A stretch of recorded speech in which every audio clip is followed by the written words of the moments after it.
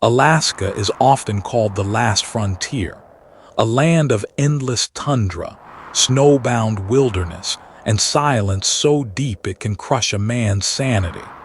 But beneath the breathtaking beauty lies a darker truth. The state holds some of the most terrifying folklore and unexplained disappearances in North America. Every year, the Alaskan state troopers receive reports of over 3,000 missing people, a staggering number given the sparse population. Vast stretches of land are nicknamed the Alaska Triangle, where planes vanish without trace and hunters step into the forest never to return. The harsh landscape offers easy explanations: snowstorms, wildlife, hypothermia. But locals whisper another reason: the land itself takes them. Native legends tell of glacier spirits, shadowy wolves, and voices that call from beneath the ice. Researchers have cataloged hundreds of stories of phantoms, mysterious lights, and cursed places passed down in villages where elders warn children, "Don't follow the voices in the wind." This is not just wilderness. This is folklore turned flesh. And among these stories, one of the most whispered is known simply as. Every winter, when the Aurora refuses to dance and the snow is flat and white, villagers hear the phantom glow from beyond the glacier. Some say it's a warning, others say it's a curse. The village of Qumik is not a place you arrive at by accident. It crouches at the foot of the Brooks Range like a cluster of stubborn lanterns pressed against the throat of an ancient beast. Wind hammers the roofs until the nails squeal. The ice shelf just beyond the last cabin is a cliff of blue glass, always creaking, always shifting, its frozen face striated with ages like the rings inside a felled tree.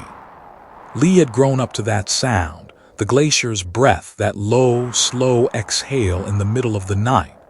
She learned to count its groans the way other children count sheep, and she learned, because her grandmother taught her, that some nights you plug your ears, not to keep noise out, but to keep something else from getting in. Light can be a mouth, grandmother had told her, and a mouth can be a trap. Last winter, Lee's brother was swallowed. It happened on one of those nights when the sky went shrouded and the Aurora never came. People always said you can feel the absence of the lights, like someone left a door open in a room you can't see. The tundra glared white in the moonless dark, and a greenish luminescence trembled beyond the ice wall. Nuka, her brother, had gone out with his sled to check traps by the ridge. He never came back.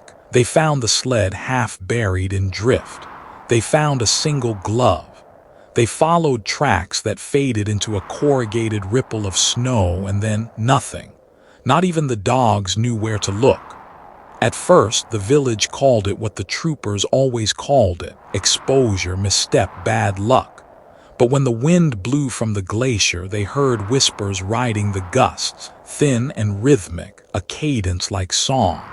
And some said they heard Nuka's name between the syllables. Lee heard it too, not at first. For weeks after the search failed, she slept face down so the pillow would tell her what the wind could not. And still she dreamed of white corridors and a green pulse, something beating inside the ice. Then in the lean hour before dawn, she woke to a word.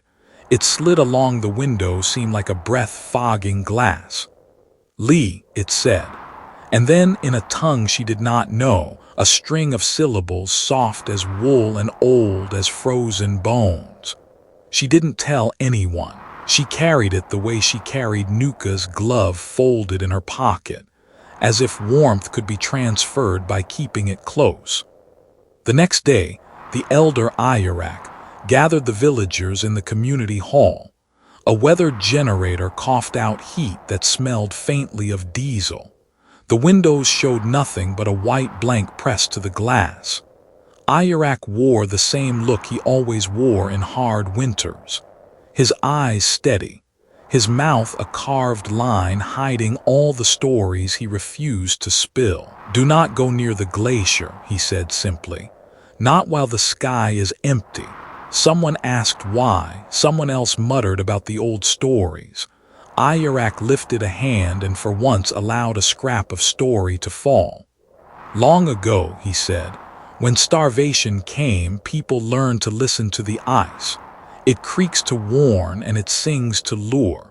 When it is too cold, the glacier grows hungry for breath. It will bargain for it if you let it. The light you see beyond it is not the sun. It is a mouth, and it opens and closes." Lee felt the room tilt just a little. A mouth that opens and closes. She remembered the dream of white corridors and a green pulse. She remembered the way the word Lee had fogged her window and the way she had almost leaned toward it. That evening her grandmother found her lacing boots by the stove. "Don't," the old woman said. "I won't go far," Lee lied. "Promises do not bind the wind," grandmother replied. She reached beneath her sweater and drew out a small amulet, a disc of whalebone smooth with age, etched with a simple spiral that made Lee think of breath curling inside cold lungs. "Take this. It's not protection, it's a reminder." "A reminder of what?" "That leaving is easy," grandmother said, "and returning is not." Lee tucked the amulet into the inner pocket of her parka. She didn't bring the rifle or the flare gun. She brought a lantern with a soot-blackened glass, the last oil sloshing inside. She brought Nuka's glove and the phrase she could not translate, the one that hummed against her teeth when she whispered it. She brought the stubborn belief that the world had cheated her and she could cheat it back. Outside, the wind combed the snow into knife-edged drifts. Lee kept to the packed path, boots squeaking, hood up so the fur ruff made a little private room for her face. Dogs barked and then fell silent as she passed. Their silence felt like a held breath. Past the last cabin, the world became all animal noise. The scrape of ice, the moan that seems to come from no particular place and every place at once. The glacier reared up from the tundra like a wall built by someone who did not understand scale. Lee's lantern threw a small circle of amber onto its face. The ice returned the light reluctantly, in blurred glints and deep green swirls, as if there were forests trapped within. The whispers were almost gentle. They rode the wind's shoulder and slipped into her hood. Lee didn't understand the words, but she recognized the pattern. Songs. A call and response like the hymns tourists sang in summer, only older, the vowels long as tundra. She pressed gloved fingers to the ice. It was colder than cold, a kind of quiet that stripped the thought out of her head. She leaned in and without meaning to, breathed on the surface. Her breath fogged, bloomed, disappeared. The ice seemed to shiver.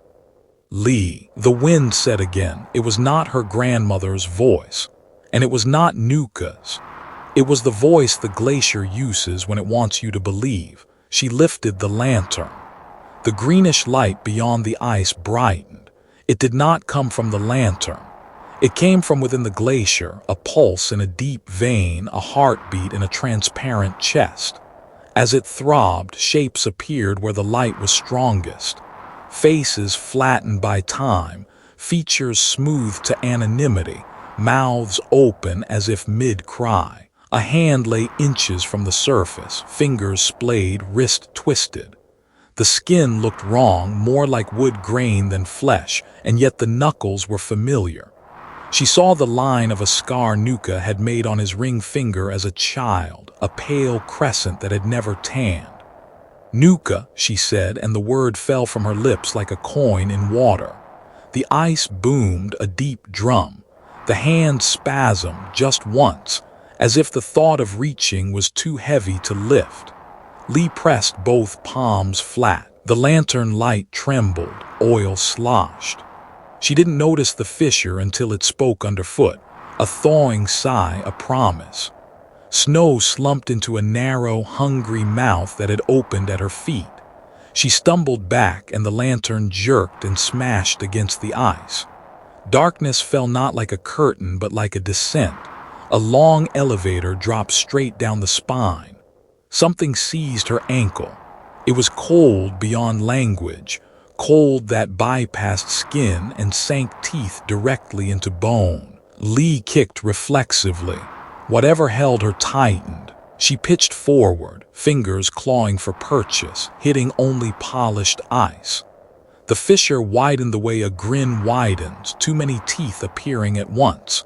Wind found the new opening and howled down it. The sound carried voices, many of them braided together into a single long vowl of hunger. Lee dug at her pocket with her free hand, frantic, and found the whalebone disc. It was warm from her body. She pressed it against the thing that held her, and for a moment the pressure slackened. She rolled onto her back and saw, by the ghostly green light bleeding through the ice, the arm that had her. It was not an arm. It was a scaffold of ice joints and sinew, a shape imitating limb, a branch carved hollow by thaw and refrozen with intent. "Give me back my brother," she said. The wind made the words sound foolish, like a child's demand. The whispers swelled into a chorus. Syllables she didn't know lapped at her like tidal water. In them, she thought she heard a bargain, warmth for warmth, voice for voice. The amulet vibrated faintly against her palm like a scared animal. Lee used the amulet as a blade, wedged it under the ice thing's grip, and twisted. The ice screamed, not a metaphor, but an actual scream, thin and metallic. The grip shattered. She scrambled backward on hands and heels, boots skidding. The fissure snapped shut with a sharp crack, as if offended at being refused. She lurched to her feet and immediately slid, palms slapping the ice wall. The green light throbbed faster, almost hopeful. For a second the faces sharpened and she saw Nuka clearly. His eyes were open, his lips moved. No sound came through the thickness. He was mouthing something, her name, a warning she couldn't tell. "Knock," she whispered, an old habit from childhood, 3 quick raps to say I'm here. She rapped her knuckles against the ice 3 times. Against all unreason, something rapped back. Something else rapped too, not 3, many, like 1,000 tiny knuckles answering from deep within. The ice wall shook. A web of hairline cracks radiated outward from where she had knocked. Warm vapor burst along those lines and inhaled again like breath trying on a new chest. Lee took a step back. The step became a stumble, the stumble a run. Behind her, the ice wall's greenish luminescence surged and the voices braided themselves into a tune she almost recognized. Lullaby, she thought, and then corrected herself. Not a lullaby. A work song. A song to time labor by, the labor of making mouths within a wall. Snow hit her face in handfuls, the wind throwing it sideways. The village lamps were far-off planets. Lee ran for them, each stride feeling as if something dragged at her heel from behind. Halfway across the flat, she fell to her knees, the impact jarring a cry out of her. In her lap, the amulet lay like a coin. For a moment, she wanted to throw it away. It was a reminder, her grandmother had said, not protection. A reminder of what? Of the line between leaving and returning, maybe. Of debts, of promises. She cupped the amulet and pressed it hard to her tongue. She held it there until the taste of old bone and oil flooded her mouth, until saliva washed the salt of her fear, until enough warmth gathered that when she lifted the disc away and breathed on it, a small fog blossomed. She turned her head and blew that warm fog toward the glacier. A childish gesture, a useless offering, but the wind carried it like a thin ribbon of surrender. I'm not enough. she said aloud to the dark, startling herself with the honesty of it. "I can't make you full." The wind paused, as if considering, then gusted harder. Lee pushed to her feet and made for the nearest lamp. She reached the first house and slammed a mittened fist against the door. It opened and hands pulled her in, the kind of hands that rub warmth into cold forearms as if kneading dough, that press hot tea into palms, that smooth hair back from a damp forehead. Voices rose around her. "Where were you? Are you hurt? What did you see?" She tried to answer and found her voice frayed. Words fell off the edges of sentences. "Faces," she managed. "Hands, Nuka." Her grandmother shuffled forward, took one look at Lee's eyes, and set a kettle on the stove. "The light is hungry," the old woman said to no one in particular. "It smells your breath from far away." They made Lee lie down. Someone pulled off her boots and set them by the fire so the leather wouldn't crack. The amulet lay on her breastbone, light as a button. As heat lapped her like a tide, Lee drifted. She dreamed of glass corridors and green hearts beating in walls. She dreamed of walking those corridors not with feet but with breath, a presence moving in the way steam moves, soft and curling. When she woke, dawn didn't exist. The storm had penned the village in, the world outside made of chalk. Her grandmother was sitting in a chair by the window, her hands quiet in her lap. "Did you think you could take him back?" The old woman asked without turning. "I thought I could at least try." "Try as a door," grandmother said. "You opened it." Lee swallowed. Her throat ached as if the wind had sanded it smooth. "What if I go back in daylight, with ropes, with heat? We could pry." The elder Ayarak came in then, snow like powdered sugar dusting his shoulders. He took off his hat slowly as if respect were heavy. "No one is going back," he said. "Not now, not after you woke it." "I didn't." "You did," he said gently. "It heard you, it sees us all the time. Last night it learned your shape." Lee didn't cry, rage, yes, a clean, bright heat, but no tears. "Then we don't wait," she said. "We starve it, we keep our breath to ourselves, we stay away." Ayarak's mouth twisted. "We have always tried to starve it," he said. "But hunger is clever." For 3 days, the storm sat on the village like a heavy animal. At night the wind carried song. The phrase that had once warmed Lee now chilled her. It no longer spoke her name sweetly. It wore her name like a mask. Sometimes through the howl a counterpoint rose, thin as thread, Nuka's voice, or the memory of it. She couldn't tell. On the 4th morning the sky relented, opening a pale eye. The snow lay everywhere like silence poured and left to set. A group went out to check for drift damage. Lee went with them because staying inside felt like cowardice. You breathe in and never cough out. They found the lantern at the glacier's foot, upright in a little cup pulled in the snow as if someone had set it there carefully.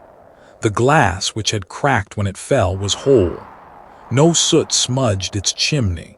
Inside, oil glowed with a steady, impossible flame. The light it gave was green. No one touched it at first.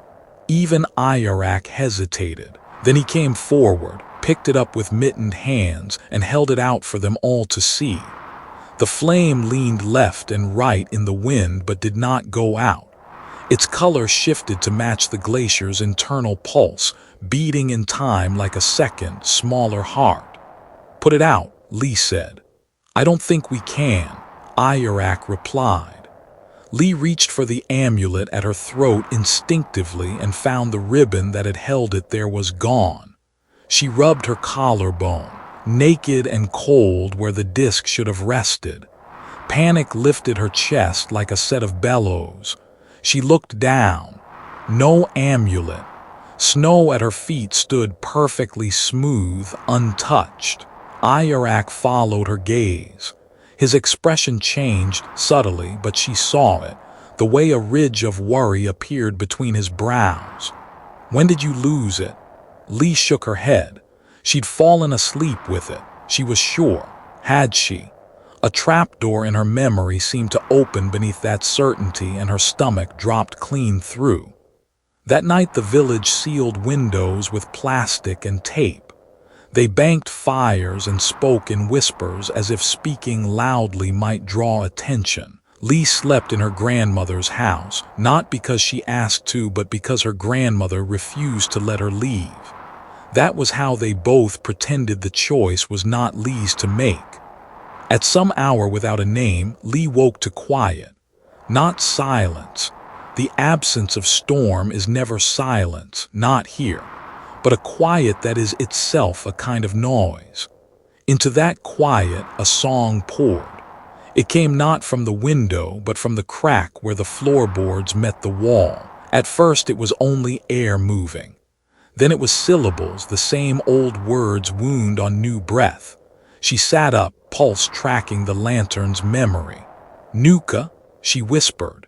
The song did not answer her. It went on the way a river goes on, unconcerned with the names shouted from its banks. Lee swung her legs out from under the blanket and felt cold knead her calves. She stood. The boards were not actually damp, but she felt wet seep through her socks all the same. She went to the window and peeled back a corner of plastic with her fingernails. Through the fog on that small square of glass, she could see the glacier's lip. The green light beyond it had thickened. It looked for a second like something breathing through a cloth. Behind her, her grandmother stirred. "Don't," she said without opening her eyes. "I'm not moving," Lee lied again. "Prom," grandmother began and then stopped. Her breath caught. She opened her eyes and looked at Lee as if seeing her for the first time. Not the soft way of love, the hard way of inventory. "What?" Lee asked. The old woman sat up slowly. "Say your name, Lee." Her grandmother flinched, just a flinch, but it jabbed something deep. "Once more." "Lee," Lee said, and felt the word leave her mouth strangely, as if it were too heavy or too light. Grandmother's eyes filled with tears she didn't let fall. "It took it," she whispered. "Took what?" "Your name," the old woman said simply. "It has your voice, child, not just the sound. The way your voice holds your life." Lee touched her throat. It felt normal.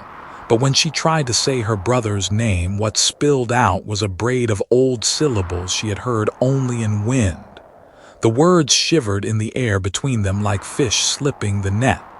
Her grandmother reached for her hand and held it, small and fierce. "Listen to me. It will call. It will call the village with your voice. They will believe you," she swallowed. "You must not answer back. If you answer, you will finish the trade. You will be inside the wall by morning."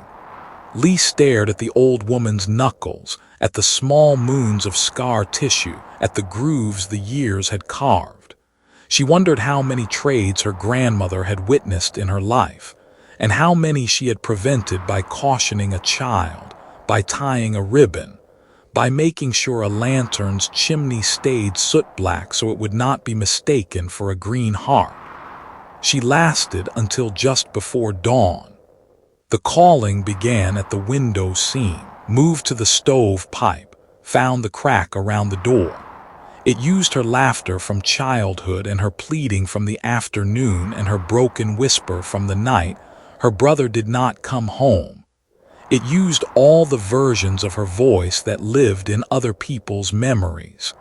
It stitched them together into a summons no one who loved her could resist. She bit the blanket to keep from answering. She pressed her palms over her ears until they hurt. She told herself her name silently.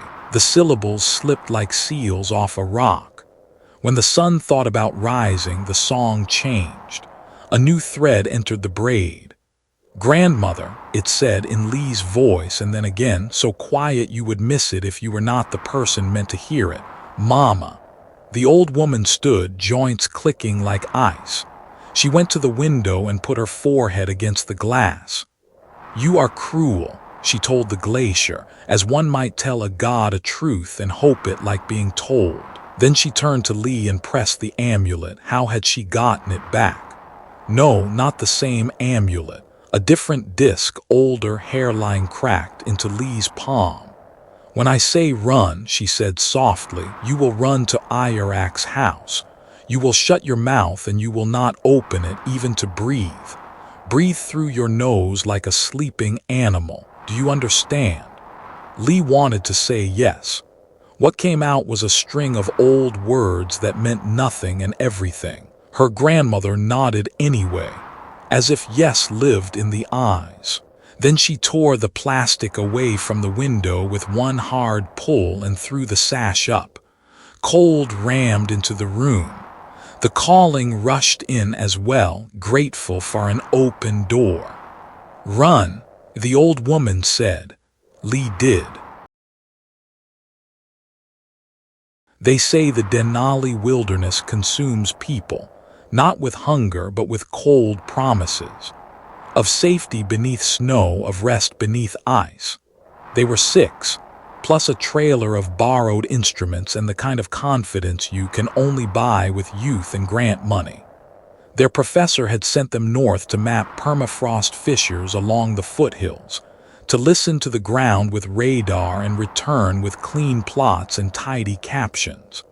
The field plan called it a shoulder season push. Early winter before true storms set their jaws.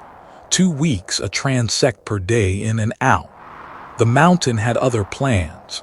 They staked camp by a line of stunted spruce where the land shrugged into hummocked tundra, a place that looked like it should have a name and didn't. The sky wore a thin gray hood that never quite lifted. Stars came and went like shy animals.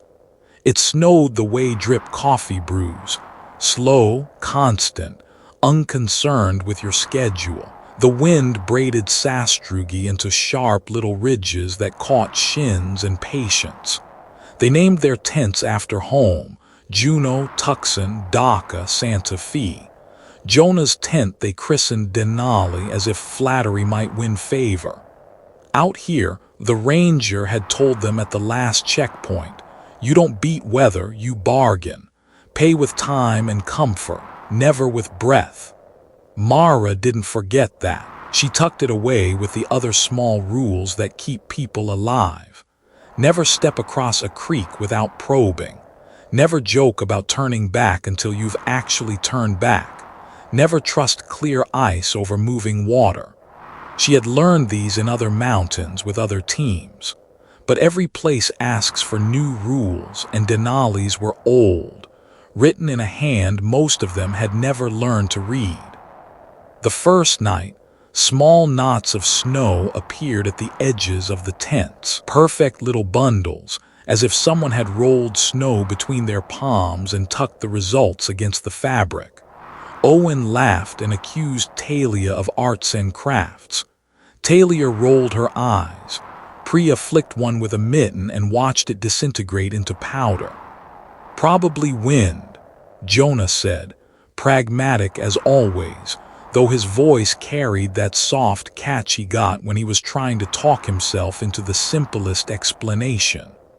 It piles weird against tension points. Mara crouched and studied the pattern. 5 nubs pressed into the tent's skirt. Not wind. Hands. Tiny, the size of a child's, but wrong in another way too. Too elongated, too even, too polite. The second night, footsteps circled the camp after lights out. They were the tidy, deliberate kind you hear on packed snow when someone is pacing to keep warm, a metronome for the cold. Mara unzipped her tent and swept the lantern low. Nothing but a sickly cone of yellow and the scrim of flakes slipping through it. When she killed the light, darkness returned like water. On the third day, the wind went needle-fine. They worked anyway, running ground-penetrating radar along flagged lines, using ski poles to keep rhythm. The machine sang its alien song into Earth and returned depth profiles like stacked ghosts. By late afternoon, the sky was a wall. Clouds scudded low, quick, and purposeful, as if the mountain were shrugging into a thicker coat. 5 minutes, then we pack, Mara called. No argument, Jonah said. He was kneeling to check a battery when he froze, not with cold, but with that animal stillness that says the body has noticed something before the mind has words. Mara followed his gaze to the tree line. Something moved there.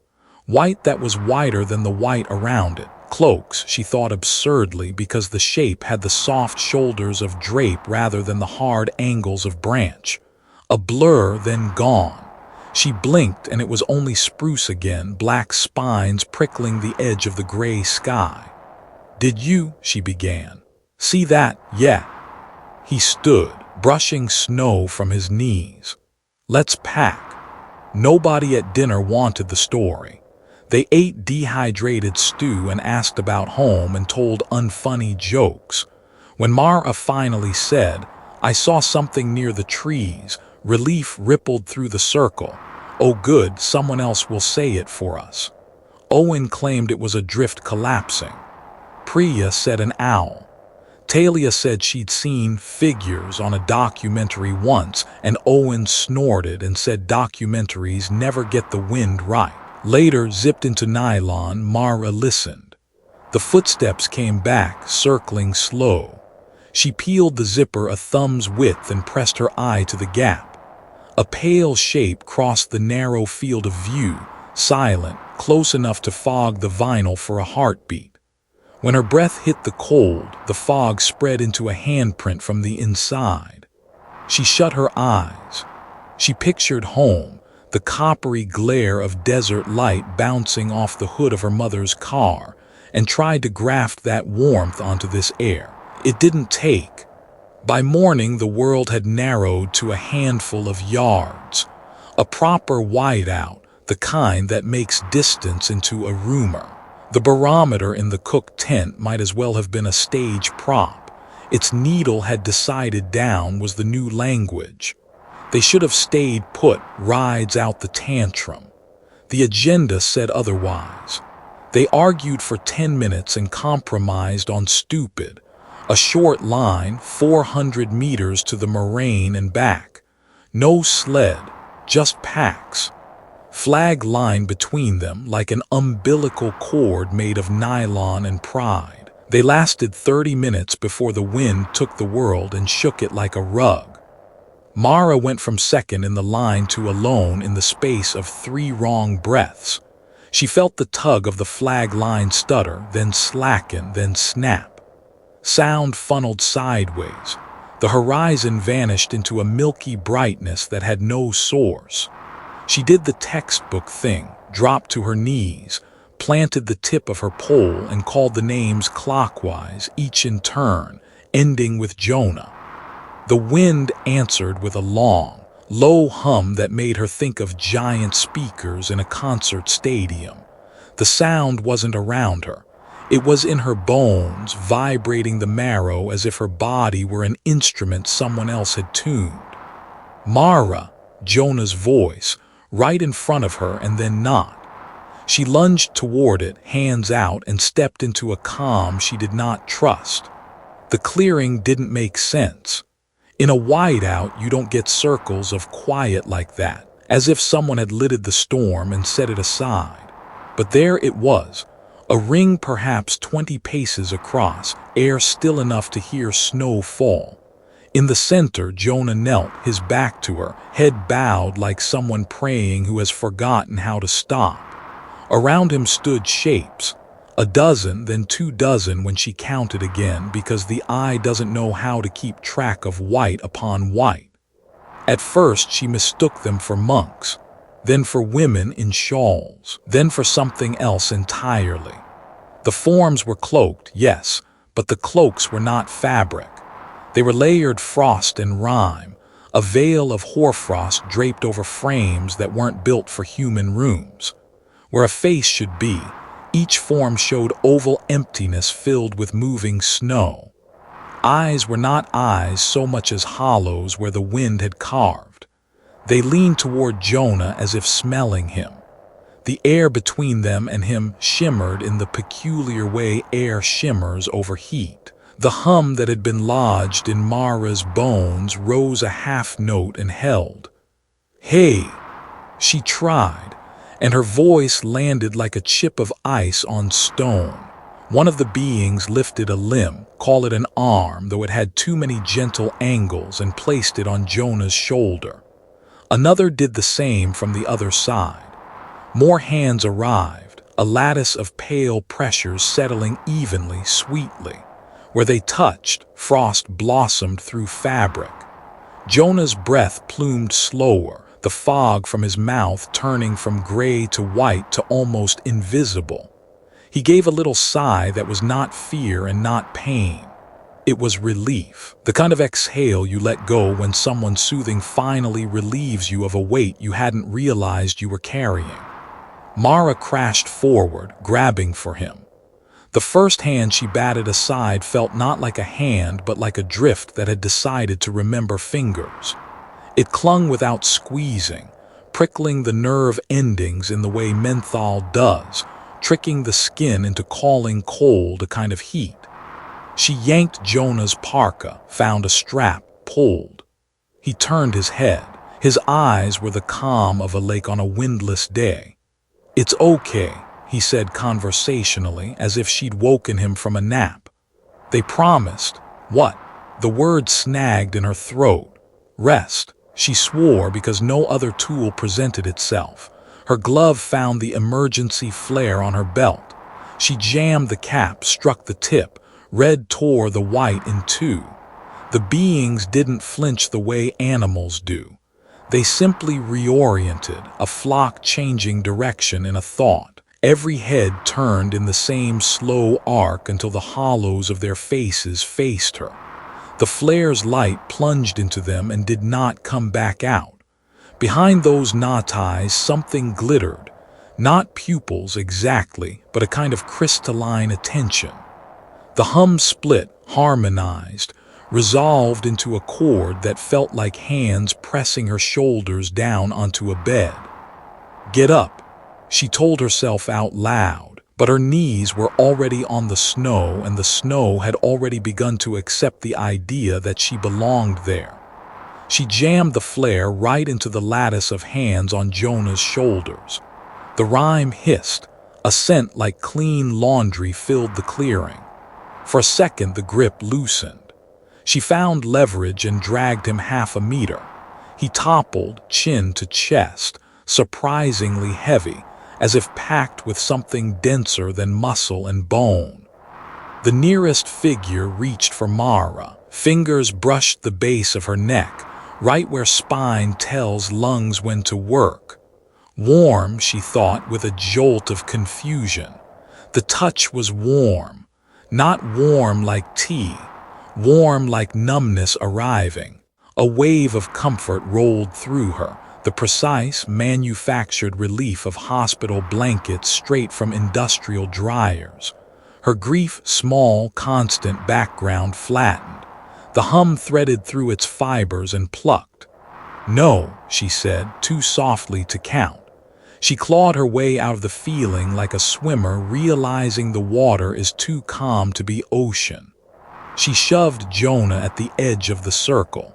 The storm's fury stood there like a wall. He went slack against it, calf catching in powder. She turned to face the ring and met the gaze of the knot eyes again. The flare guttered. Red stuttered to orange, then to smoke. She tried to stand and made it halfway before something tugged her from behind. Not a hand. The corner of her parka had sunk into the snow, and the snow had decided to return the favor. Fibers were stuck in crystals, each loop of thread held fast by a million tiny teeth. She tore free and fell into the storm. What happened after that was a collage. White noise and then the blue of a tarp. The slap of hands on her cheeks, a face in a balaclava with eyes like coins, a voice saying her name 3 times in a row. Rescue. She was on a sled. She was in a tent that smelled like hot plastic. She was in a helicopter, the horizon finally a straight line instead of a suggestion. "Where are the others?" she asked when the words had thawed enough to be recognizable. The answer moved away from her like prey. "We found you," someone said gently. "We kept looking." That was the whole answer and the emptiness inside it. They showed her later the photographs. A rescue tech had taken them because that is what you do when you need proof that the world sometimes declines to be fixed. In one frame, a ring of meadow impossible in a whiteout, a perfect, smooth bowl. In the center, a depression shaped like knees. At the edge, a boot. Jonah's. The print that led to it stopped 3 steps away as if the person had decided flying would be simpler. In sleep, Mara felt cool hands on her shoulders. In waking, she simply missed them. Weeks folded themselves into hospital rituals. The nurses learned to warm the Roman 4 bags to keep the ache out of her wrists. The PT techs chatted about their weekend in a voice too light to carry. When Mara asked for extra blankets, no one questioned it. When she cracked the window despite the draft, they grumbled and let her have her way because patients have to win somewhere. Her skin, which had always held a human tint, thinned. Not literally, that's not how skin works, but something under it shifted toward snow. She noticed first in the mirror, a translucence that made veins look sketchy, like faint pencil lines beneath a wash. In some lights, she seemed to glow the way the underside of ice glows when sun skates across it. Her breath fogged more readily than anyone else's, even in warm rooms. She learned to angle a smile to hide the fact that the edges of her teeth ached in cold rooms as if they could taste the air. The first time she saw the handprints on her back, she thought they were bruises. Pale, smooth ovals arranged with ritual neatness on both shoulder blades, right where a comforting friend might place palms. She touched one. It was not tender. It was not anything. It was a memory pressed just under the surface. "Contact dermatitis," a resident said, not unkindly, as if naming a thing made it obey. "We'll get you a cream." At night the vents sang. Not loud, no one else commented, but the frequency slid under speech and chose a bone at the base of her skull to hum through. The song wasn't words, it was promise. The kind of promise you can't argue with because it doesn't claim anything you can prove false. "You are so tired, you have done enough. Let us hold you up. Let us take your weight." She started to answer in the only language she had left for the conversation, routine. She got up. She showered. She ate the food the tray offered, even when it pretended eggs were a color eggs never are. She drew the blinds during the brief hours of weak sun and opened them under night. She told herself, bargain, not surrender. Pay with comfort. Keep your breath. Discharge day came with bureaucratic fanfare and a handout about frostbite rehabilitation. A social worker asked if she had family nearby. She said no. The woman nodded in that efficient way people do when the answer doesn't change the form. Mara signed papers, put on her boots, and stepped out into a world trying very hard to be spring. She could have flown home. She didn't. She rented a car that was used to snow and drove toward the mountain until the road shrugged and became an idea. Then she shouldered a pack that weighed less than any she'd carried in months and walked a line that existed only in memory. She found the place not by sight but by feel, the way your feet know the route to a childhood kitchen in the dark. The trees creaked their dry winter creak. The wind teased and snatched at the ends of her scarf like a cat playing with string. The clearing was gone, as physics insisted it must be, but the air held a remnant quiet there. The hush after a choir stops and the room is still ringing with the last note. She took Jonah's spare boot from her pack and set it where the memory of the ring's edge tugged at her. She sat on the snow and pressed her palms flat to feel whether it would accept her. "Pay with time and comfort," she said into the air, because she'd been taught not to leave debts unresolved. "Not with breath." The world did not answer. "That's how you know you're still in it." She closed her eyes. The hum returned, patient. It did not pounce. It offered. That is the trick of certain predators and certain mercies. They let you come to them. Mara lay back. Snow cupped her. Each crystal had edges, and the edges had edges, and together they made something that could hold a body without breaking. She watched clouds sluice across a sky bruised with dusk. She matched her breathing to the long, calm beat of the mountain far beneath her. She did not sleep. She did not speak. She did what you do when the bargain stands, and you are trying not to be the thing you are being invited to become. She waited. When cold seeped through parka and sweater and thermal, it brought with it the memory of hands on her shoulders, gentle, even, arranged with care. She could almost feel the weight of them without weight. The hum colored toward lullaby. It stole significance from her bones, not strength. It simply persuaded the body that stillness was victory. Her fingers twitched. She thought of the ranger with his coin eyes saying never pay with breath. She thought of Jonah saying they promised rest, and how what we call tired is sometimes desperation disguised as a reasonable request. She placed one palm on the snow. Then carefully she placed the other palm over the first, as if returning a pressure, as if finishing the shape the handprints had begun. Across her back, under her skin, the pale impressions seemed to warm. They gathered like a congregation agreeing at last on the response. Far away, whether in time or distance she could not tell, the wind rose. Someone walking a dog would later say it sounded like a choir. Someone else would say it sounded like a freezer opening. The mountain does not correct either.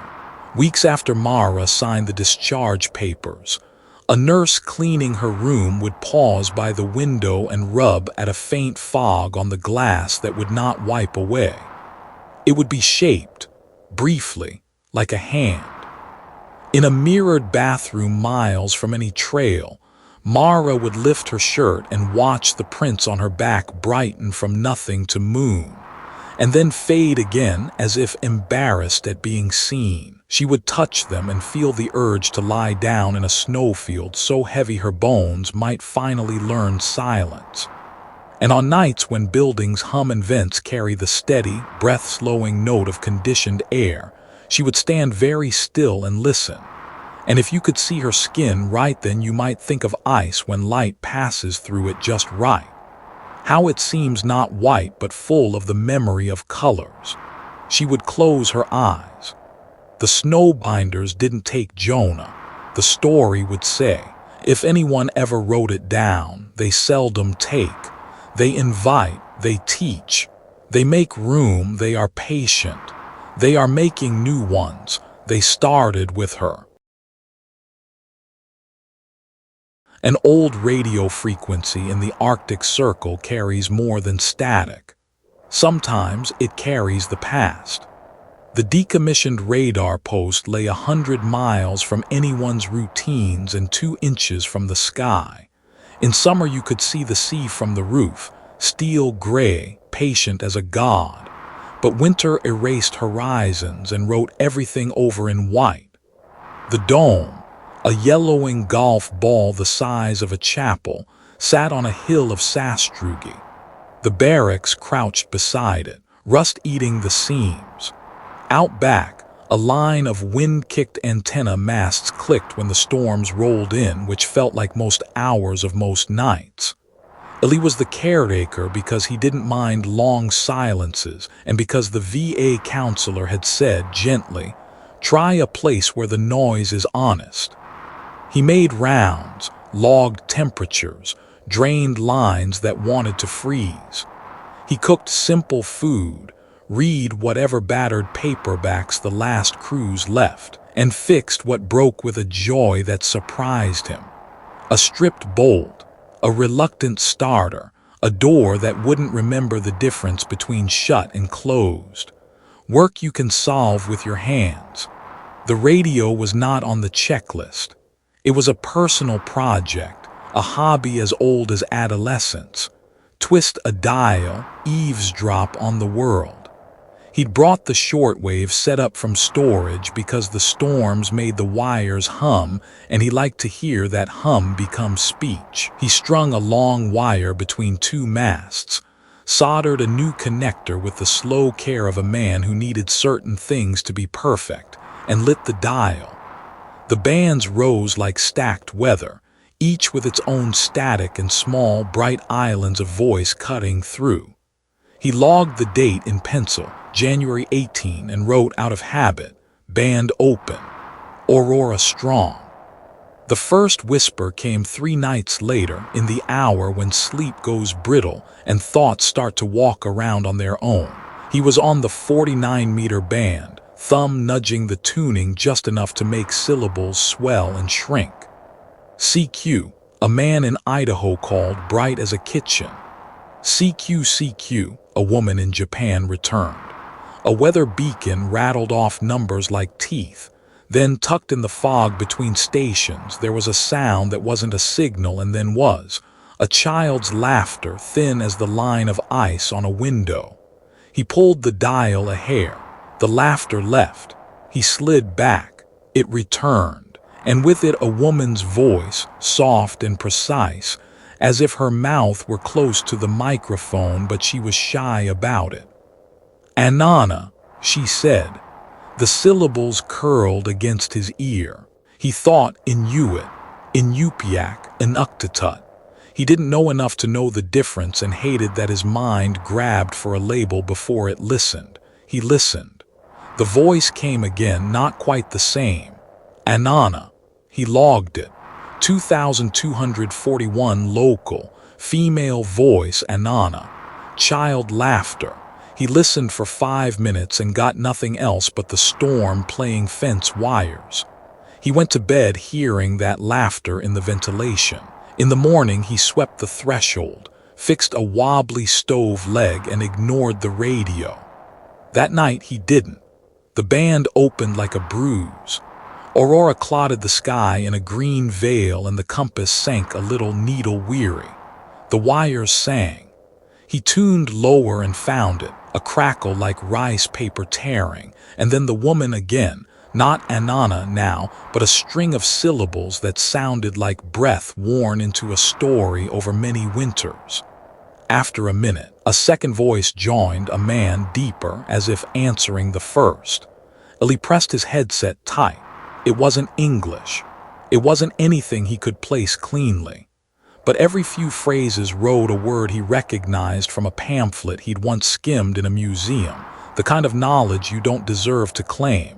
Ijarak, Tupilak, Nuna. Myths folding over myths. Creatures living under frozen lakes who mimic loved ones so precisely you step toward them gladly. He slept badly. A map of unnamed lakes spread under his eyelids. On the 4th night he heard the name. Not Anana now, but his. Not the one anyone used after basic training broke the softness out of it. His childhood name. The one with a silly animal in it, given because he'd toddled with a duck's idiot determination. Ellie Duck. The voice that said it belonged to a girl not yet 10, and already sure she could outrun thirst and grief if she made a game of it. He ripped the headset off and sat breathing like he'd sprinted. The room smelled like old paper and hot dust. No one else was in it. The radio, unperturbed by his heart, continued to live in its own kind of present. He put the headset back on. "Ellie Duck," the girl said through static crunchy as snow. A rustle and then her laugh, which was the same frequency as a coin against a glass jar. Illy swallowed. Maya. The word left him before he could pack it in protections. The woman spoke over him, not English. A chant, No, a recitation, the rhythm of history told by mouth. When the child laughed again, it folded into the cadence and belonged there, terribly natural, like pebbles under a stream. Twice the set of syllables that might be Anana, twice the word that might be lake. He did not sleep. He sat at the station until the Aurora shrugged and fell off the sky and the storm took a breath. The voices ran like a small creek under ice, never stopping, losing themselves when he tried to pin them down and swelling brave when he stilled his own breath to let them come. At noon he walked the perimeter. The snow squeaked and broke in crusts. In the lee of the dome, a drift had formed a lip like a frozen wave. He kicked it down because pushing back against small tyrannies helps. The lake sat a mile north, a saucer of white set in a low bowl. In summer it went soft with gnats and the smell of plant rot. Now it was glass under powder. He'd skated it once in November, foolish and delighted. It had held. That night the voices pulled closer. He could hear the room around the microphone, a scrape like a jar dragged along a table, a click of teeth, a small sigh the child made when breath was a game she could exhale and catch in her hands. He said her name, quiet, not to spook the moment. The radio grew more tender, as if distance were something you could smooth away with a warm palm. "Come here," the child said. It wasn't a command. It was the exact way she'd say it when she wanted to show him something he already knew was a bad idea, like the dipping hole in the creek or the neighbor's never-quite-broken husky. "Come here," which carried, "You can leave any time, except you won't." He zipped himself into his parka, pulled on mittens that remembered other winters, and stepped outside. The cold tasted like pennies. The Aurora was veiled, reluctant. The clouds dragged their bellies low, full of light thrown up from a moon that couldn't be bothered to show its face. He walked, leaving good boot prints because he had learned to leave maps for the man you might be in 2 hours. The radio rode in his pack, battery clipped in, antenna wire coiled like a silver vine. He kept one earpiece in as he went, and the voices did not fade. The woman spoke, melody flat, as if facts didn't need to dress up to be believed, and the girl's laughter braided through like string around a parcel. Every few breaths, "Ellie duck." "Not funny," he told the sky, and the sky agreed in the way it agrees with everything. By continuing to exist, he came to the lake's lip not with a jolt but with the slow relief of reaching a place the body has been pretending not to aim at. The surface was wind-scoured in swaths, polished like stone. Wind had swept it clean, and then elsewhere piled rippled dunes of powder. The whole sheet groaned deeply, a whale rolling in sleep. "Maya," he said. "The wind repeated ya because Maya is hard to move in heavy air." The child giggled. "Ellie duck," she whispered, conspiratorial. Then, lower, almost a purr, "Come here." His boots found their grip on the clear ice. He stepped out, feeling the lake's attention travel up through the soles. The tiny scratches the ice makes like a cat's back when it stretches, the low thunder of flexing sheet, the quick, unhelpful catalog of where the flaws might lie. The voices grew fresher, as if the air itself were speaking now, not the wires. "You shouldn't be on it," he told the air, and yes, the sentence had always had 2 meanings. Cracks spread under him with the lazy elegance of frost on a windshield. He crouched to keep the center of gravity a neighbor. The ice spoke as if to a friend who'd come without calling. He took another step, another.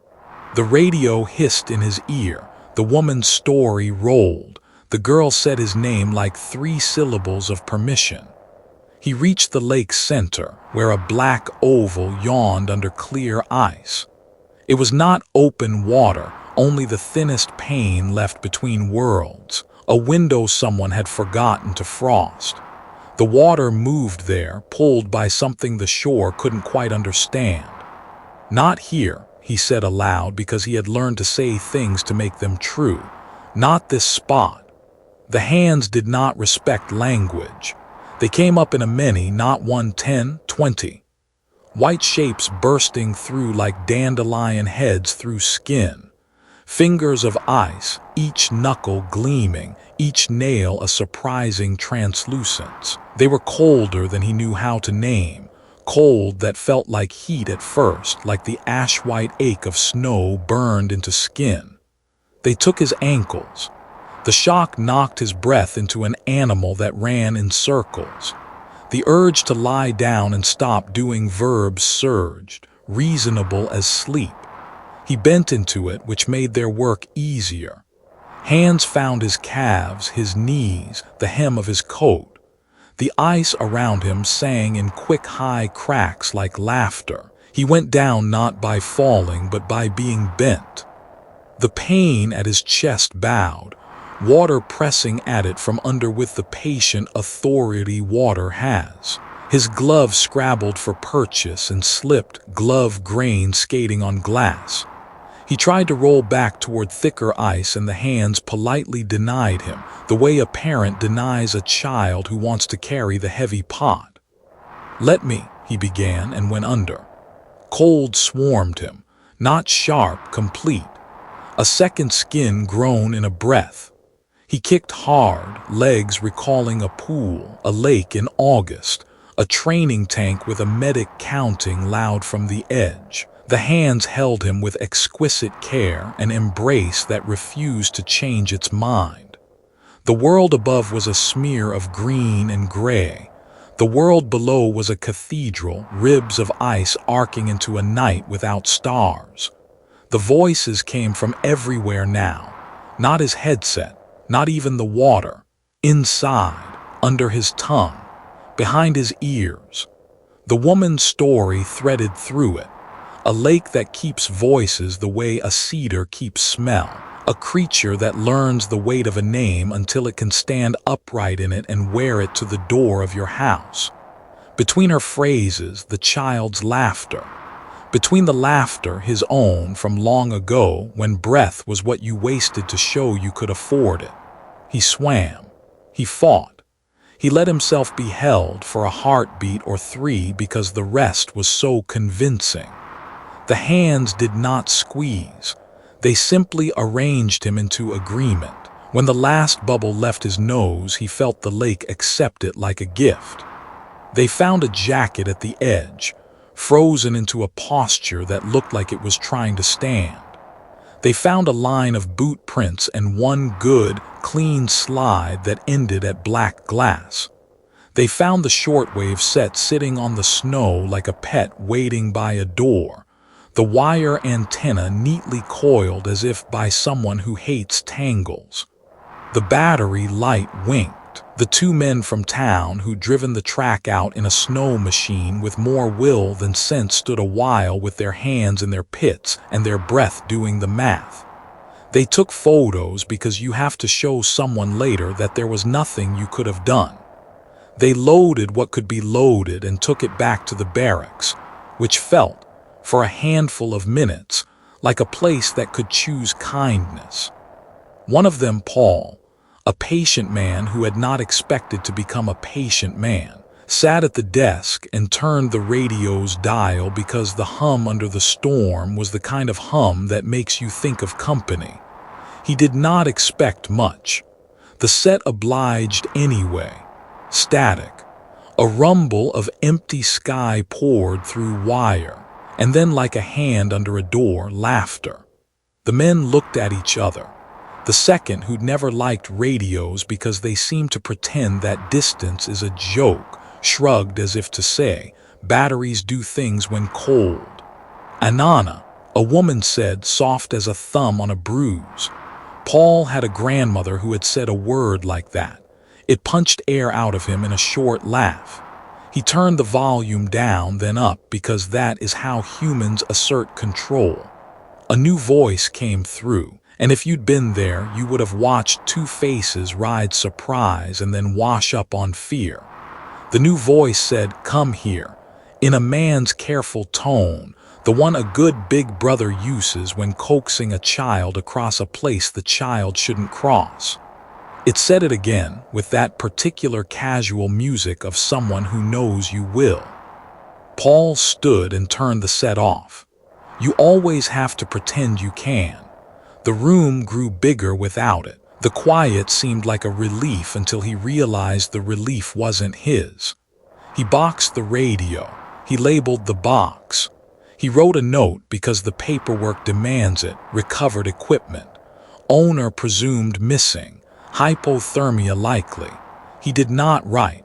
The lake sometimes keeps more than bodies.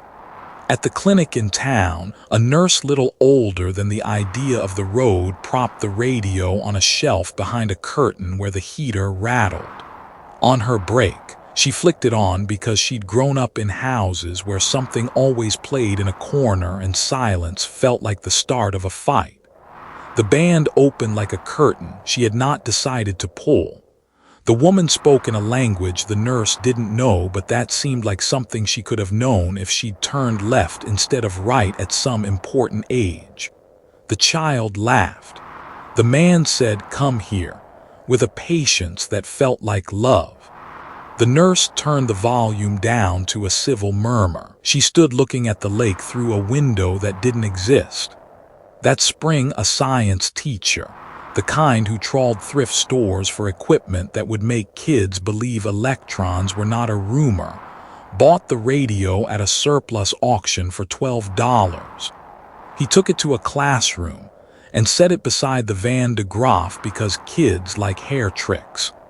On certain days, the set would pick nothing but static, and on others it would pour voices like rain. He told them it was solar weather. He wasn't lying. If you tuned exactly right, if the lights moved in the high dark like something alive learning a dance, you could get the station that wasn't a station at all. The woman told stories in a cadence like snow taught to sing. The child laughed, and sometimes threaded in the mix the way a new root threads through old soil. A man said, gently, again and again, with the patience of water against stone, "Come here." It is tempting to think the lake only repeats the dead. That is a story the living like, because it cordons off the eerie to a place they don't have to visit. But the frequency doesn't respect our boundaries. It learns. It practices. It occupies.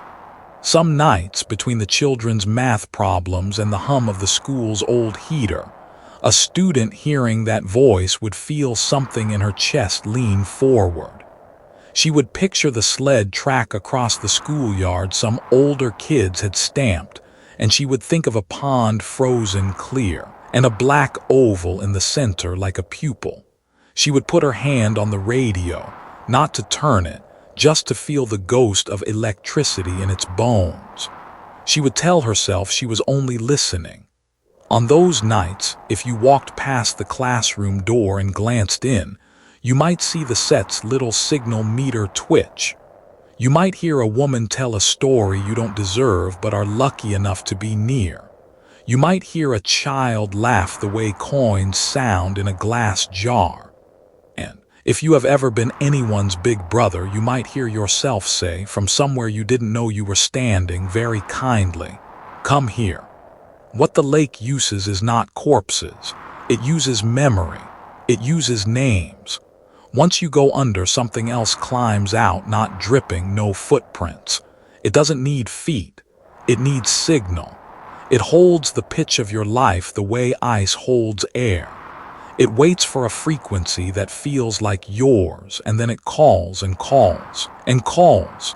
Illy is missing in a way that leaves rooms unoffended. A mug on a shelf, a jacket on a peg.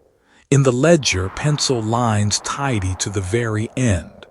The last entry is mundane, which is how you know a horror is honest. Jan 27 replaced belt on generator. Band open. Lights strong.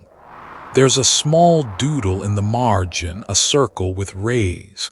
He did not draw water under it. Sometimes, on a Tuesday that can't be bothered to be anything else, the Aurora drops low and quick, as if laying its ear on the house. The radio, wherever it has been carried, wherever it has been plugged for a little company, wakes a little. In the hush between the heater's coughs, a man's voice, unhurried and sure, threads through with a love that does not know the difference between invitation and trap. "Come here," Illy whispers forever. When your dog barks at nothing and the pack falls silent, look over your shoulder. Something is watching. Telegraph Creek is the kind of place maps forget to fill in. Roads wash out and never apologize. Rain sits in the moss like old secrets. Sitka spruce and hemlock climb the ridges until the fog swallows them whole, and the river below moves like a black belt pulled tight. The logging camp squats at the edge of all that green, stacks of fresh-cut rounds steaming in the damp, generators thudding like tired hearts. Every camp needs its story to keep the night honest. Telegraph's was the black wolf, a thing with a hide so dark it broke the firelight, eyes like embers banked in the hollows of rotten trees. Folks said it didn't eat the way wolves eat. It hunted fear. Campfires invited it. Laughter offered its seasoning. If you stared too long into the forest between the trunks, shapes formed that were not branches. And if you blinked, you'd hear paws where there were none, breath where there shouldn't be. Old Walter swore he'd followed a trail of shredded tags from a torn harness once, right into a stand of cedar, only to find the prints going up the trunk and vanishing, like the animal had learned the trick of climbing straight into darkness. He showed the marks on his palm where something had raked him long ago, thin white slashes like badly erased pencil. "It doesn't kill," he'd say, voice gone small. "It makes you into it." Jackson laughed both times he heard that. That was his habit. Laugh first, then check later if the joke had teeth. He was good with a saw, quick with an extra shift. A man who thought debt was something you paid with sweat. He'd come north because jobs down south had fallen apart, and because he liked the way the rain here knew its job and showed up. He'd brought a dog, a white mutt of questionable lineage named Purity, because she kept her paws too clean to be honest. Purity didn't love the timber. She kept her nose down low and her tail tucked whenever fog stacked up against the ridge. She'd bark at empty seams in the trees and then look embarrassed about it, backing until her hindquarters met Jackson's shins. He teased her. He didn't tease her fear in front of the others. Camp rules were simple. Don't brag about the tree that almost got you. Don't leave your gear on the stump. And if the ravens go quiet, go with them. That last one, even Jackson respected. The black wolf talk stayed talk until late October, when the rain turned thin and mean and the ridges started collecting frost in their hair. The crew had been working a cut block that felt wrong, too still, too hemmed in. Chainsaws went dull quick, like the wood was biting back. At night, around the fire barrel, sparks swirled and died fast in air that should have carried them. Out beyond the headlamps, hollows in the trunks held little puddles of darkness that looked, if you squinted, like eyes holding heat. "You all see that?" Ray asked one night, casual as a man asking for salt. "Nope," Jackson said, "because admitting you saw something pulls it closer. But if I did, I'd tell it to pick on someone with better boots." "Embers," Walter muttered. "It puts them there so you'll feel seen." "Everything's wetter than sin," Talia said. "What's it burning?" "Us," Walter replied, and the barrel fire cracked at the same moment as if to punctuate. That night Purity refused to sleep, nails ticking on plywood, body taut, staring at the seam where the door didn't meet the frame. Twice she low-groaned, sound wound tight in her chest like rope. Jackson lay still and listened to rain. Once he rose and opened the door just to prove the air didn't have teeth. Fog leaned in like a curious neighbor. The generator coughed, stuttered, caught. He closed the door soft and told the dog to hush, promising her there was nothing out there any bigger than him. 2 days later, the foreman called for a push to finish the block before the weather turned. Everyone stayed late. One by one, lights doused, saws fell quiet. One by one, trucks taillighted away down the muddy spur. Jackson had a stringer left and the kind of stubborn that kept him when he should have gone. He told Ray he'd be 20 minutes, tops. Ray shook his head, pointed at the trees like a preacher points at a verse, and left anyway because you can't save a man from the part of himself he thinks is duty. By the time Jackson set his last wedge, the fog had thickened to clothe. The sounds of camp had thinned to nothing.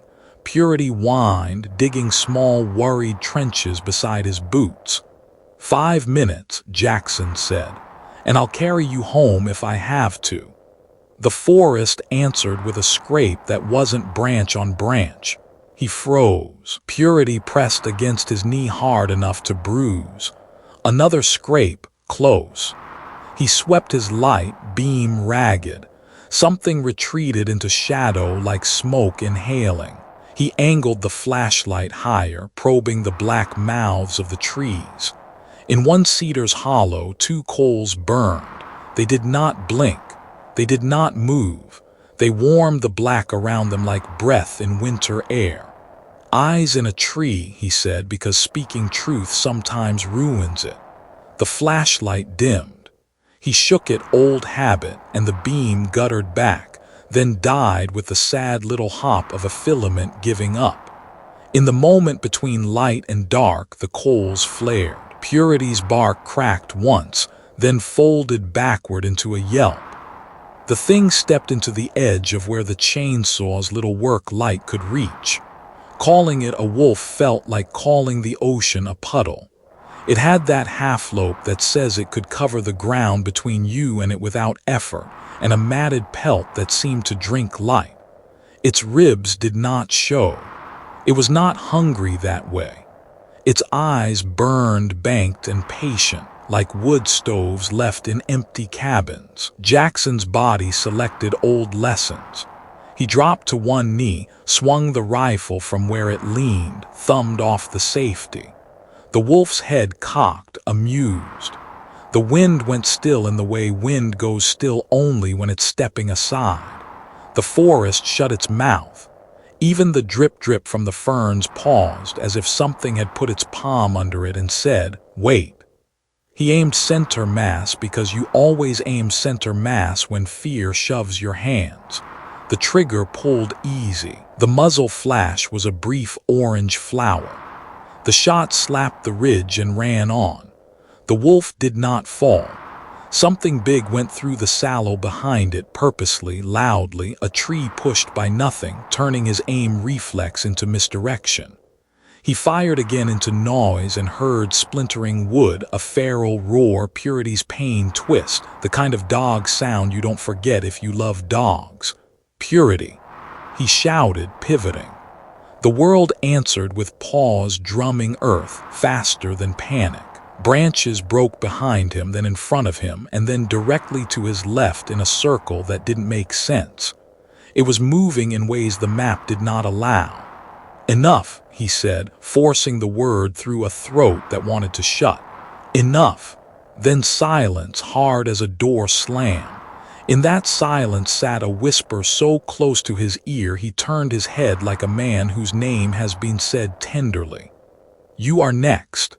It wasn't a growl, it was a voice spoken through teeth that did not quite understand human spacing, the syllables warmed by something that had borrowed breath to learn them. His legs made the decision, his brain wouldn't. He ran, rifle clattering his thigh, saw blade knocking his shin, dog nowhere he could see. He slid on a carpet of needles, caught a root, went down hard, scrambled, was up. The trees rearranged themselves with the casual efficiency of a nightmare. Trails he knew turned into cul-de-sacs of brush. Clearings appeared where there were none and then sealed like wounds. The first time he felt it, he thought a branch had fallen on him, a tap on his shoulder, light as a friend calling you to look. He shook it off. The second time, it pressed square in the center of his back between his shoulder blades, a hand the size of a shovel, not pushing, simply reminding his bones of where fear lodges. "Show me where, then," he said aloud, "because if a thing is going to be polite about your terror, you might as well be polite back." His breath plumed. The plume drifted upward as if tempted by a mouth. The darkness leaned, and the wolf stepped close enough that he smelled something impossible. Not meat, not musk, but the faint, clean scent of snow burned into fur like laundry dried outside at 10 below. It stood tall enough that its shoulders might have taken a saddle. Its breath didn't steam. Jackson's did, and his breath went to it like a string being wound. He did what men do when there is nothing left that feels like a choice. He lifted the rifle and smashed the buttstock into those ember eyes. The wood hit something that gave like thick bark. He swung again. The wolf flowed sideways, not away, and when it spoke his name, Jackson, he heard his own voice in it, a trace, a resonance, like a word shouted in a canyon coming back not as echo but as agreement. The slam that took him down was gentle. That somehow was worse.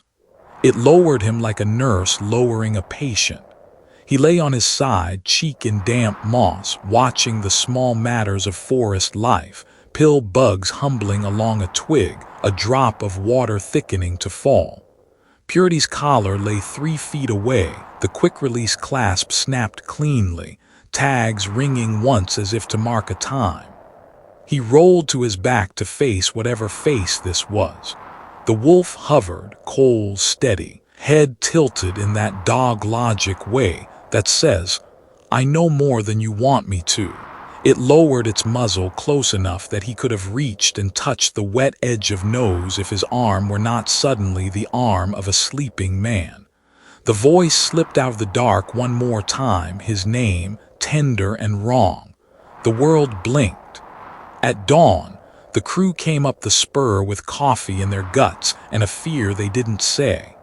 Fog lay in the gullies like it had been poured. No bird spoke. Ray killed the truck and listened to nothing for a count of 10.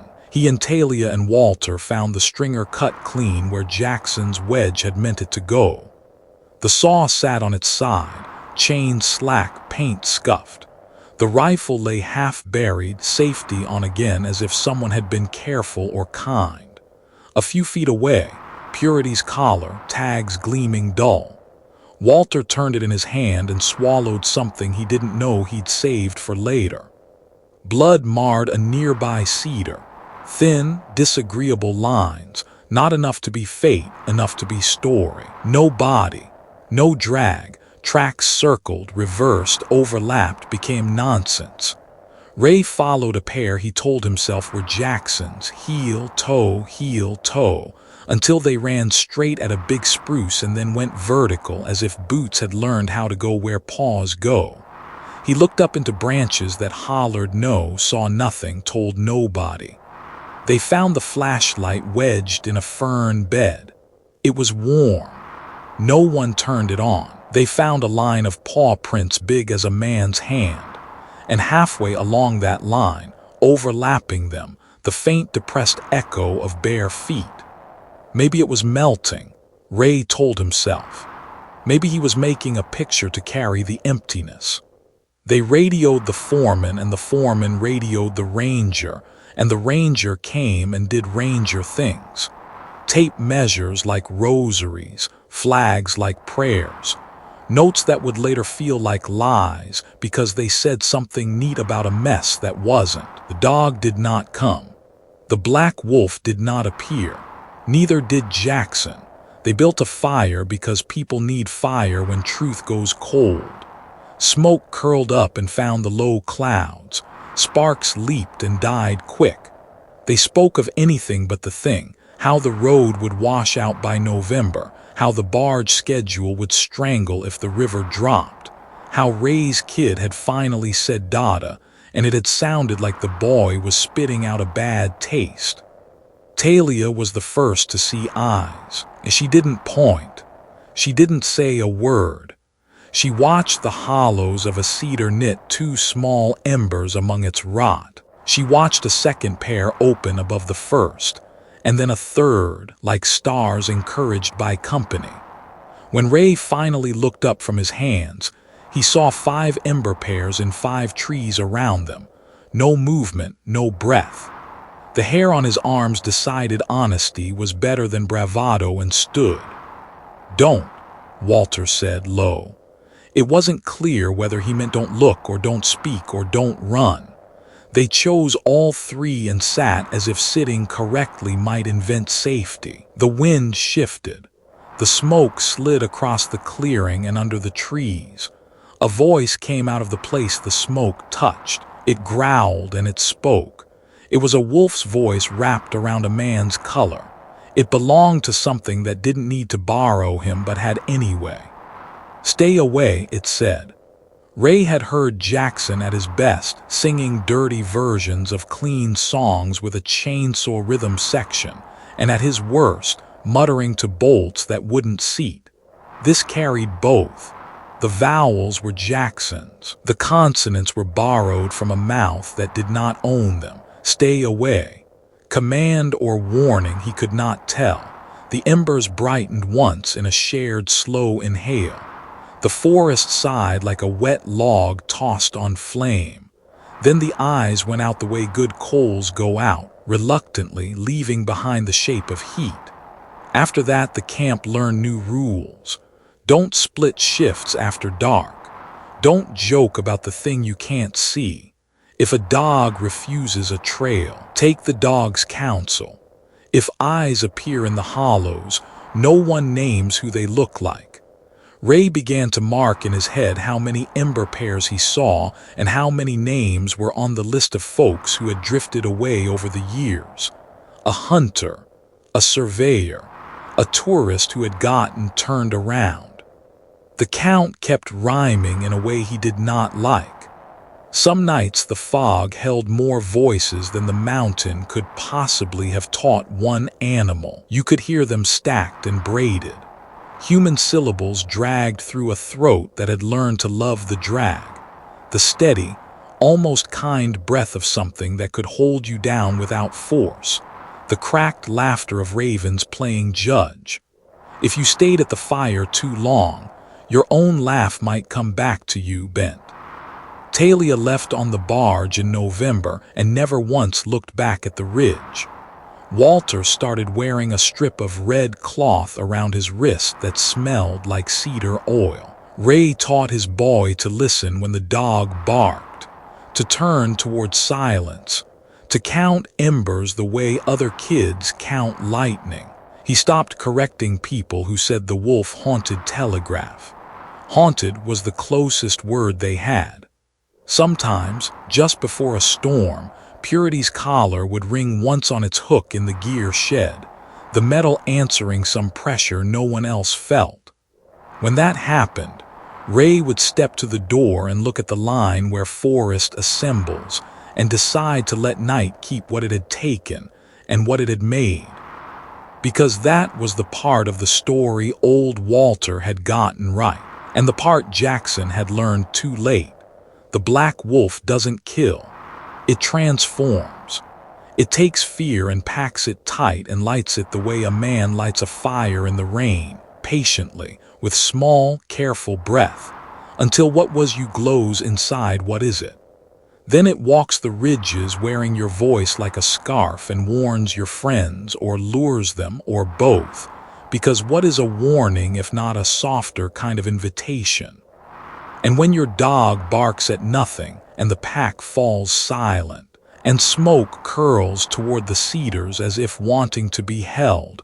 Remember the last thing Jackson ever said to them, his voice braided to a growl that had learned his name. Stay away. They say some dolls are never made, they are grown. And in Midnight Sun Creek, something grows in ice and memory. Midnight Sun Creek is a gulch you don't walk by accident. The ravine twists like a cracked smile between two low ridges, its floor a rib cage of stones glazed in winter. The creek moves even when it looks frozen, slithering beneath skin-thin ice and breathing up through pinholes that smoke on cold mornings. An old miner's cabin leans beside it, roofline slumped, wood silvered and soft. The door gapes, a mouth missing teeth. Every spring, a little more of the place returns to the creek, and every spring the creek seems hungrier for it. People in town say the miners shouldn't have brought children. They say payroll ran out and the boss brought in families to keep costs friendly, and friendly meant small hands for tight seams and small backs for more trips. Then came a winter that deepened until sound itself froze. Lamps were lit, lamps guttered. A rope was tied across the creek so you could find your way by hand from cabin to shaft. A girl disappeared. Some said she'd run. Some said the ice took her. The crew dug, then prayed, then drifted away in twos and threes, the wood stoves cooling behind them. Years later, when summer heat made the gulch sweet with willow, and the creek thinned to a set of clear tongues, tourists started finding a small porcelain face peering from a pocket of melting ice. Not fully, just enough to convince you the rest was waiting. The face wore a crack like a lightning bolt down one cheek. Glass eyes, the kind too shiny to be kind, stared past you as if scanning for something behind your left shoulder. On warm nights, if you camped and pretended not to listen, you could hear a tiny tapping from the direction of the creek. Tap, tap, tap, then a pause like counting. Tap, tap, tap.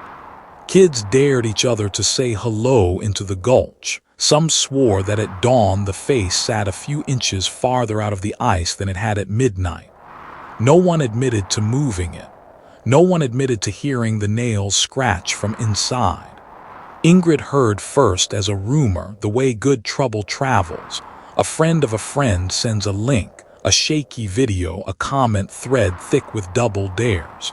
She made a living turning dead places into stories that made the living lean closer. Forgotten Alaska, her channel promised, without the filter. Her camera work was sharp because she'd learned it out of stubbornness, and her voiceovers were even better, sentences clean as cold river stones, every fact wrapped in a ribbon of feeling she never named. She drove north on a Wednesday with spare batteries and the kind of optimism that makes good footage and bad decisions. By the time the road thinned to gravel and the spruce hung their arms low with frost, she was saying lines out loud to test their weight. Some dolls are never made. They're grown. She let the sentence sit. It sat well. The path from pullout to cabin was a scrim of moose prints and old boot holes. Her breath made cartoon balloons around her mouth. The creek below worked at its small winter song, glass over moving black. The cabin's door offered her the dark. She offered it the beam of her headlamp and stepped through. Inside were the objects every abandoned place gives you. A chair with one good leg, a basin full of leaves, a spoon, a calendar forever folded to a month that had gone on too long. Floorboards warped. In one corner, a patch had been nailed with mismatched planks. Beneath that patch, the creek had carved itself a new line and now breathed up through slats as through a grate. The air tasted faintly of iron. It was the kind of room where whispers sounded like you'd stolen them. She set her main camera on a tripod and leveled it toward a table against the back wall. The table wobbled. On it, gripping the unevenness like a sailor, sat a thing the size of a loaf of bread, a porcelain doll half encased in a waste of cloudy ice. Frozen arms, shoulders like a shrug. The face stared too smartly. A crack zigzagged down the left cheek to the corner of the mouth, so when you looked long enough, the mouth looked like it was deciding whether to smile. "Oh no," Ingrid said, which was how she always opened the best episodes. She filmed an establishing pan, then set a second camera low near the floor to catch movement should movement be silly enough to happen. She spoke to lens and draft. Locals call it the frozen doll of Midnight Sun Creek. They say the miners stirred something dark in the ice, and that what the creek keeps, the creek grows. She let the sentence hang and the cabin took it kindly in. Tap, tap, tap. It came from the doll, from the ice, from the table, from everywhere wood touches cold. Ingrid held very still, as if motion would scare the sound back into hiding. Tap, tap, tap. Like tiny nails learning a rhythm. She checked the cameras. She set her phone to back up because you can't trust batteries at the bottom of the world. She made tea on a little stove whose canister protested the temperature. Steam threw itself against the air and lost. She tried not to film the way her fingers trembled as if all this were a fiction and not an admission. Outside, dusk slid down early. Alaska winter keeps its own math. Through the open doorway, the creek showed a ribbon of brightness where it had polished its own ceiling to glass. Beyond that, the gulch brimmed with the kind of dark that doesn't argue, it just arrives. Ingrid paced to build heat in her legs and to keep her mind from inventing other shapes. When the tapping stopped, she thought she'd won and immediately wished she hadn't. Silence in a place like this has edges. At 11, she recorded pics. The chair, the patchwork corner, the old calendar. Then she turned back to the table to do what audiences demand, and she promised. She put the camera inches from the doll's face. The glass eyes caught the headlamp and threw it back in two thin coins. Beneath the shell of ice, air bubbles inched and stuck. Something like a hair, more like a fiber, floated upward through the ice's cloud and then stopped, caught. Tap, tap, tap. From inside the porcelain. Not the ice. Ingrid, who had filmed her fair share of things that pretended to be haunted, felt a simple, old fear lay its hand on the back of her neck. She could have left. The door stood, if not inviting, at least possible. Instead, she stepped closer, breath fogging the lens, then wiped the lens with the side of her sleeve without looking away. "What do you want?" She heard herself ask and then wished she hadn't, because questions are openings and openings demand answers. The tapping quickened, a little staccato joy like approval. When midnight drew its line, the creek responded by shuddering. A cold draft threaded the floorboards and climbed the cabin walls like ivy. The patched corner darkened, boards wetting as if the creek had lifted its mouth to touch them. Ingrid remembered a detail from research. In winter, when the ice choked the channel, miners cut holes to drop sluice lines through. When spring came too swift, water reached up toward the scuffed boots of whatever person happened to be standing in the wrong place. She filmed the floor. She filmed the doll. She kept both in frame because she had learned that rooms love to divide your attention before they take something. The crack along the doll's cheek widened with a sound like pepper ground in a mill. Water beaded on the porcelain surface and hung there, fat and bright, and did not fall. A finger, in the cloudy body, twitched. Once. Again. "Okay," Ingrid said, and hated how high her voice went. She started to step back, and the floor, which had used to be where it was, wasn't. The hallway stretched. This should be impossible because cabins don't grow new hallways, but what cabins are supposed to do and what they do when the creek teaches them are separate countries. The windows along that hallway weren't windows anymore, just panes of ice thinly filmed where openings had been. Thin membranes bulged with slow breath from the gulch. She backed toward the door that had been a door. It wasn't. Frost had formed a pelt over its frame, fur of rime, and in the space where night should be, a thicker white obscured. She put her palm there and felt the wrong cold of it, the temp of old meat not fully thawed. Behind her, a soft scrape. She turned. The doll's head had pivoted, not a little. A crisp quarter turn, chin angling down, eyes not glass anymore but deep. It sat at the table's edge now, though Ingrid hadn't seen it move, and then it didn't sit at all. It slipped. The porcelain shoulders slid off like a seal into dark water, and the rest of the body broke the ice around it with quick, delighted taps. Ingrid froze the way a child freezes in a game, as if stillness rewrites rules. The doll hit the floor with a clack that should have cracked it. Instead, it rose. Not literally. It simply got taller. The bones of ice under porcelain lengthened with the sigh of thaw refreezing. Its small dress, dirty blue and brittle, sagged then filled from beneath as if water were standing up inside it. It took a step. The step made no sound. Another step and the taps turned to a little rhythm, the sound of nails on wood now swift. Tap, tap, tap, tap. She ran.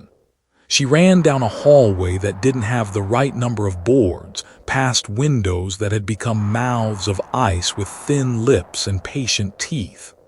Her shoulder took a side frame hard and she ricocheted, camera smacking her sternum. Another door where no door had been gave way under her hand to reveal another room she hadn't recorded. No more than a closet, walls sweating frost, shelves lined with jars cloudy as cataracts. In each jar, something pale curled the size of a mouse, dolls, or pieces that wanted to be. She slammed the door, and the door didn't slam because the cabin had stopped remembering what doors do. Cold breathed against her ear in 3 delicate puffs, like a child about to swallow a laugh. She turned. The doll was there, human-sized now, dress hanging wrong because bodies grown from ice get measurements off by a little. The crack in the face smiled. Its mouth, when it opened, was not red or dark. It was the blurred white of a snowstorm seen through old glass, and the sound that came out was not a cry. It was a lullaby, the kind mothers hum when their hands are busy with other things.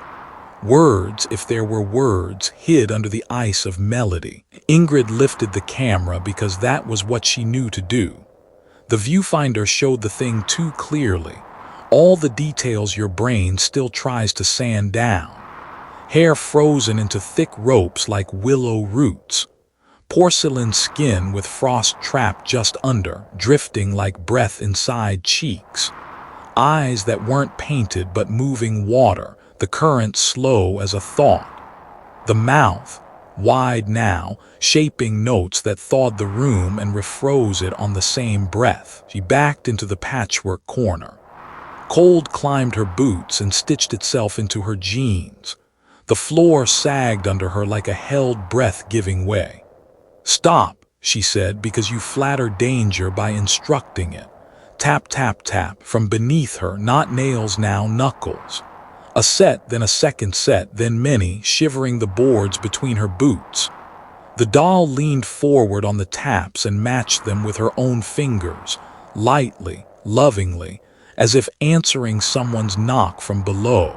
Water rose through the seams, as easy as letting a thought become a sentence. Ingrid pulled her foot free and the water followed, eager. She grabbed the frame of the doorway that wasn't and pulled herself sideways into the hallway that wouldn't stop. The doll tracked her, steps smooth as a sled on polished ice. It didn't hurry. Hunger that has waited this long has manners. Ingrid hit the main room by mistake, which is to say the cabin allowed it. The first camera still watched the table. The low camera had tipped and filmed now the ceiling with great dedication. She fumbled for her phone with slippery hands and flung the last smart part of her out the door the cabin used to have. The upload toggle initiating just enough for the network to make a promise to futures. Then the room turned itself inside out politely, and the hallways squared their shoulders, and nothing that had been a rectangle kept its intention. She turned once more, because it is a human kindness to look at a thing that is looking at you. The doll had stopped 3 paces away. It lifted one hand, tapped its own chest with a single porcelain finger, tap, and then tapped the floor, tap, and then tilted its head, inviting her to finish the rhythm. The creak below hitched and gulped. The floor gave. Morning found the cabin still pretending to be a cabin. Sun, a thin scrap of light, slid under the ridgeline and laid a meager sheen over ice. 2 volunteers from town made their way in along the path with a coil of rope and the wrong kind of jokes to keep courage up. They called Ingrid's name as if she might be sleeping in a corner. The room offered them the quiet shrug of abandoned places. They found the main camera facing the table. They found the second leaning its one good eye up at the ceiling. They found the phone by the creek, half frozen, screen spidered and still pulsing a red square in the corner as if trying to finish what had begun. The last frame on the main camera held a figure in shallow water near the cabin's threshold. A doll impossibly tall, dress wet to the knee, porcelain face split by that clean lightning crack. The mouth sat open in a perfect O, the kind you make to sing or to let cold in. They took what could be carried. They watched their feet carefully. They let the creek keep its secrets because the creek is better at keeping than people are. In town, a man who fixed computers on the side bought the memory card for a favor and a 6-pack and stitched the clips into a watchable stream because he wanted to be helpful and because curiosity makes archivists of us all. He posted the video with a description cautious enough to keep sleep. It circulated the way these things do, through hands and group chats and quiet nights. Comments stacked, arguments seeded and flowered. Some people turned the sound off because the lullaby made their teeth ache. That night in the fixer's ranch house at the edge of the airstrip, as his wife dozed and their daughter dreamt in a room painted yellow to keep winter out, the man heard a tapping in the wall behind the headboard. Tap, tap, tap. Not the heating, not the pipes. The kind of tap a child makes when told not to knock. He told himself it was nothing. He told himself it was mice. He told himself he hadn't brought any part of the gulch into his house that wasn't ones and zeros. He turned up the television and learned how loud quiet can be when it wants to be noticed. Near midnight, his daughter called, not a cry, just a hello made sideways. He went to her room with the father's gait that pretends not to be afraid. The room was fine. The yellow barely a color in the dark. The small white bookcase wearing its row of toys and picture books like a grin. He knelt, checked under the bed because that is the deal you make with children. I will look, and what I don't see will stop being there. In the space under the bed, frost inked the carpet. The vent had filmed itself in thin ice. A porcelain hand lay palm down on the floorboards under the register as if resting. It was cracked at the wrist. It lifted delicately and tapped. Tap, tap, tap. A second hand moved in the same slow, deliberate way, tapping back from deeper down, answering from somewhere beneath the house or beneath the frost or beneath what a house thinks it sits on. He closed the vent very gently. He lifted his daughter without waking her. He sat in the living room chair until dawn broke into the room and made the frost look like nothing more than the night's bad idea. Ingrid's video keeps moving through people. Phones play it in kitchens. Laptops prop it on laps in bed. The lullaby threads ordinary air, and sometimes, if you let it, the sound doesn't stop when the clip does. That is the way of things grown in ice. They don't stay where you expect. They keep finding the seams in rooms, the places where winter breathes, where taps can be answered. Midnight Sun Creek still chews the cabin a plank at a time. The face in the ice appears, then seems not to, then appears again a foot to the left, a hand's breadth closer to air.